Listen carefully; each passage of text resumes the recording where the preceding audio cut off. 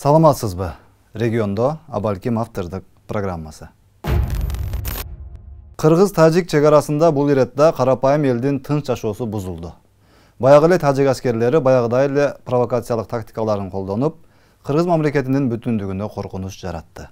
Мыйзам боюнча чегара нөмөтүндө турган жоокерлерде болбошу керек болгон минометтор дароо тажик аскерлеринде пайда болуп, кыргыз чегарачыларын көздөй аткылап баштаганы, албетте кыргыз тараптын дагы тийиштүү жооп беришине негиз болуп калды. Бул ирет тажик бийлигинин кыргыз элине карата жасаган аскердик зомбулугунан тилекке жараша бир дагы кыргыз жараны жабыркаган жок. Ок аткан тараптан коргонгон кыргыз аскерлеринин ичинен 10 чакты жоокер жеңил жаракат алганы маалым болду. Жергиликтүү элибиз тез арада окуя орун алып жаткан аймактардан коопсуз жайга көчүрүлүп, алтын баштары аман калды. Мындай коркунучтуу окуяларды биздин сабаттуу саясатчыбыз 2009 жылы протоколго кол коюп бергенден бери тез башынан өткөрүп жаткан Баткен эли кыргыз эли тайманбаган баатыр экенин көрсөтүп, кандай күн болгон чакта да ал жерлерди таштап кетип калган жок. Бирок армия деген армия.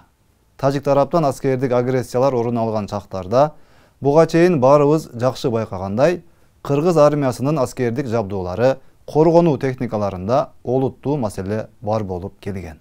Буга байланыштуу өткөн жылы президент Садыр Жапаровдун тапшырмасынын негизинде кыргыз армиясы үчүн акыркы үлгүдөгү бир катар аскердик техникалар сатып алынган болчу. Анын ичинде 40 даана брондолгон атайын унаалар да бар. УКМК төрагасы Камчыбек Ташиев дал ошол алынган техникалар кечээки окуяларда пайдаланылып, жергиликтүү элди сактап калуу үчүн эң маанилүү ролду ойногон. Кечээки болуп өткөн конфликттен кийин булар ошол бүгүнкү айткан жолугушуулардын жыйынтыктарын аткарат деген ойдобуз. Жана кечээки болгон конфликттен кийин булар көп эле өздөрү сабак алып калыштыго, демек буларга аткарууга мажбур болушат деген ойдомун. Чыгып кеткен адамдардын бардыгын үйлөрүнө кайтаруу, өз убагында кайтаруу жана бүгүн кечке чейин адамдар өздөрүнүн үйлөрүндө болуп калыш керек. Мына президенттин тапшырмасы негизинде алынып келинген 40 бронь машина ушул жерде кечээки конфликтте бардык жабыркагандарды, жарадар болгондорду, жөнөкөй адамдарды ошол конфликттин ордуна алып чыгып кеткенге мүмкүнчүлүк түзүлгөнүгүнө байланыштуу көптөгөн адамдарыбыз жабыркаган жок.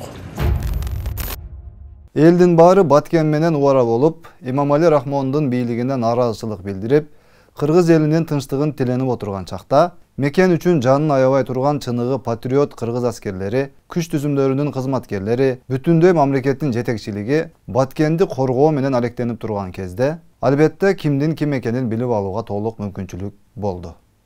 Кыргызстанда жашап туруп, кыргыз паспортун көтөрүп жүрүп, кыргыздын суусун, абасын жутуп, мен журналистмин, мен саясатчымын, мен аябай акылдуу адаммын, элдин баарына акыл үйрөтө аламын, мен керек болсо президенттен да акылдууракмын деп көкүрөк кагып жүргөн кээ бир кишилер бул жолу да өздөрүнүн колтугундагы котур ташын элге ачык көргөзүп, кыргыз элине дос эмес эле чыныгы душман экенин өздөрү өз колдору менен далилдеп беришкенине баарыбыз күбө болдук.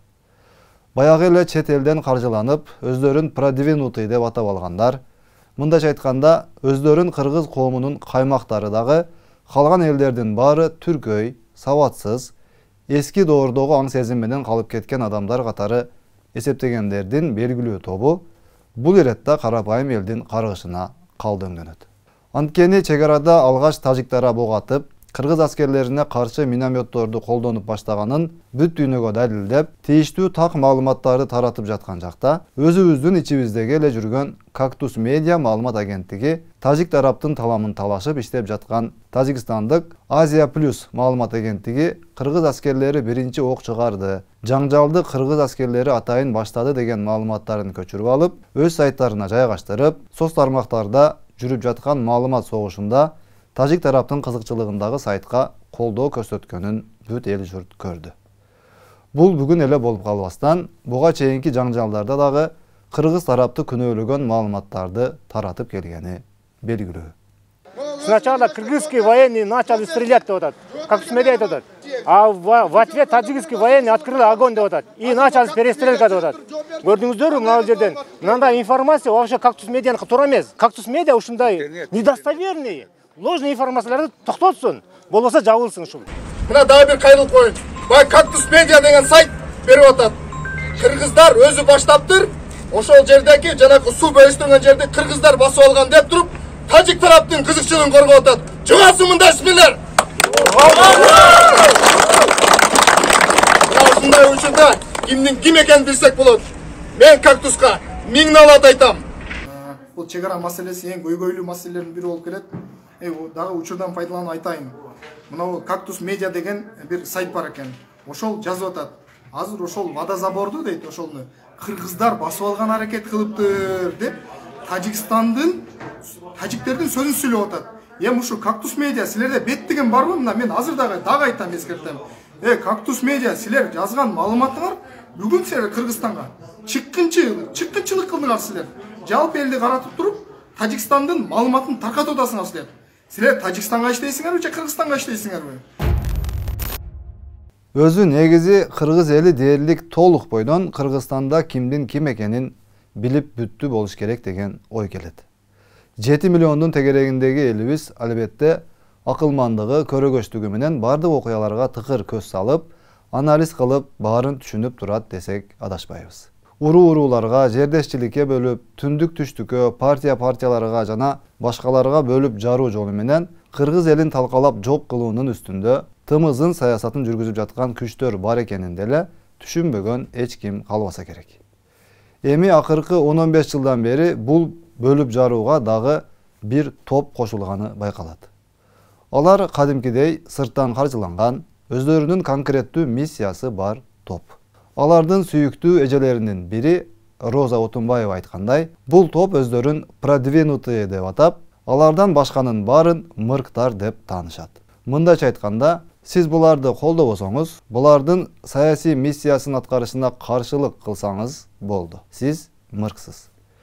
Булардын тобунда байкаган болсоңуз, өздөрүнүн гана саясатына кызмат кыла турган бир топ маалымат каражаттары, өздөрүнүн радиолору, өздөрүнүн укук коргоочулары, адвокаттары, митингдерди уюштуруу үчүн колдонула турган жаштары, музыканттары, барабанчылары, эл алдына чыгып сүйлөй турган спикерлери, аларды колдоп постторду жазып турган фейктери, соц тармактар үчүн сүрөттөрдү жасай турган адистери, ачык жүздөгү адамдары деле, жалаңачтанып сүрөткө түшүү менен кызмат кылган моделдери, иликтөөчүлүк функцияны аткара турган журналисттери, эфирлерине тынбай ушулар айткандай кылып сүйлөп бере турган талдоочулары, лидермин деген саясатчылары. Кыскасы бул топто бардык жагынан жакшылап ойлонулган, ар бир мүчөсүнө милдеттендирилген кызматтар бөлүнгөн адамдары бар. Мисалы, булардын бир наркоманы камалып калса, дароо өздөрүнүн адвокаты анын укугун коргойт. Өздөрүнүн маалымат каражаттары анын таламын талашып чыгып, маалымат таратат. Түз эфирлерди уюштурат. Ал эфирлерге албетте өздөрүнүн эксперттери катышып, алардын сөздөрүн туура деп кубаттап турат. Кыскасы, булар мамлекет ичиндеги өзүнчө бир мамлекетке айланып калып жаткан топ. Кызыгы, булардын катарында жөнөкөй карапайым, чыныгы кыргыз жыттанган адамдар дээрлик жокко эсе. Катарында көбүнесе баягы келин болбойм, эрге тийбейм, чай куйбайм, төрөбөйм, өзүм билгенимди кыламын, менин жынысым, менин укугум деген кыз келиндерди көрүүгө болот. Эркектеринин арасында болсо көбүнчөсү баягы булар өткөргөн митингдерди карасаңыз, гей парадтарды уюштурганда чыга калган же эркек экени, же кыз экени белгисиз болгон, эл арасында айтылып жүргөндөй кыз текелерден куралган топ экени да жашыруун эмес. Албетте, ар ким кайсыл топко кошуларын өзү билет. Кыргызстан адам укуктарын сактаган демократиялуу өлкө. Эми ушул продвинутыйлардын катарындагы Болот Темиров жана ал жакын деле өзүнө тартып, өзүнүн кызыкчылыгы үчүн иштетип баштаган акын Болот Назаровдор тууралуу. Тагыраагы алардын өздөрү айтып жаткандай, милиция тарабынан тергөө амалдары үчүн алып кетилген компьютерлериндеги видео тасмалар тууралуу.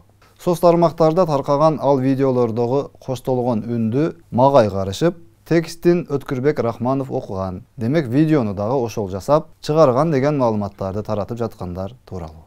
Биринчиден, ал тасмалардагы үн меники эместигин толук жоопкерчилик менен Кудайдын атын ортого коюп айта аламын. Эгер ишенбей, куру доомат кыла берише турган болсо, анда өздөрү каалаган мамлекетке, ошол өздөрү пайгамбардай көрүп сыйынып, күнү түнү кызматын кылып жаткан кожоюндары отурган батышына, же андан нары жагына алып барып текшертип сактап келишине эч ким каршы эмес да. Элдин көңүлүн ошол тасмадагы наркомандарга эмес, же кыргыз кыздарын буюм катары колдонуп өзүнүн максаттарын ишке ашырып жаткан, эл көзүнө адилеттүүлүк үчүн күрөшүп жаткан иликтөөчү болуп көрүнүп жүргөн кул мүнөздөргө эмес, тасманын үнүнө буруп, ага мени байланыштыруу менен абалдан чыгып кетүүгө аракет кылып жаткандарга кыргыз эли алданып кала турган, булар ойлогончолук ушулар айтканчалык мырк эместигин билишсе гана. Бет тырмачылыктын дагы, айлакерликтин дагы, амалкөйлүктүн дагы чеги болот эмеспи. Бул Ташиевди колдогон журналист деп эле өздөрүнүн наркомандарынын кылыктарын дагы мага аударып кое берсе кантип болсун. Банги заттарын колдонуп, кыздар менен жыргап жүргөн булар дагы анан күнөө бизде болуп калабы. Чегесинби, кыздарды кордойсунбу, тасмаларын тартып алып, компьютериңе сактап, шантаж кылып коркутасыңбы, чет элдик кожоюндарыңдын кызыкчылыгы үчүн жалган маалымат таратып, элди алдайсыңбы, болду. Өзүң үчүн өзүң жооп берип, өзүңдү өзүң мыйзам алдында тактап ала бер. Башка карапайым адамдар үчүн иштеген мыйзам сага дагы иштешине нааразы болбо. Биз колдосок, өзүбүздүн кыргыздын уулун, кыргыз үчүн жан тарткан кишини колдоп жүрөбүз. Буларга окшоп чет өлкөлөрдө жатып алып, оюн кылып аткан, өзүнүн геосаясаты үчүн миллиондорду коротуп жаткан адамдарга кулдук кылып жаткан жерибиз жок.